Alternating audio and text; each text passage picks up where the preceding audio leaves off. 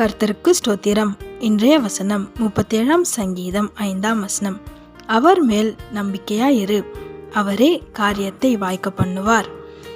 37 சங்கீதம் 5 அவர் மேல் நம்பிக்கையாயிரு, அவரே காரியத்தை வாய்க்க பண்ணுவார்.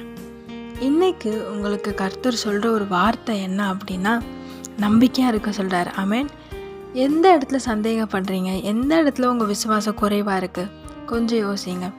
ஏசப்பா எனக்கு வாக்கு கொடுத்தாரு, இன்னும் நிறைவேறலையே, இத்தனை வருஷம் ஆகியும் இன்னும் வாக்குத்தத்தம் நிறைவேறலையே, இத்தனை காலங்க நான் காத்துட்ருக்கேனே, இன்னுமே எதுவுமே மாறலையே அப்படின்னு சோர்ந்து போயிட்டீங்களா?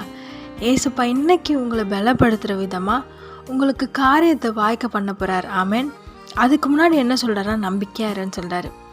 சோர்ந்து போகாத, விசுவாசத்தை விட்டுறாத, விசுவாசமாக இரு, நம்பிக்கையாக இரு, உன் காரியத்தை நான் வாய்க்க பண்ண போகிறேன்னு சொல்கிறாரு. ஆமென். தாமதித்தாலும் அதற்கு காத்திரு, நிச்சயமாக வரும், அது இனி தாமதிப்பதில்லைன்னு சொல்கிறாரு. ஆமென். இனி லேட்டாக போகிறதில்ல, இனி நீங்கள் வெயிட் பண்ண போகிறதில்ல.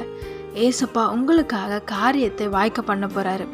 நிச்சயமாக உங்களுக்காக செய்ய போகிறாரு. நீங்கள் சாட்சியாக நிற்க போகிறீங்க. நீங்கள் செய்ய வேண்டியது அவர் நம்பி காத்துருங்க, விசுவாசிங்க. நிச்சயமாக அற்புதங்களையும் அதிசயத்தையும் அவர் உங்களுக்காய் செய்து ஆசீர்வதிப்பார். ஆமென்.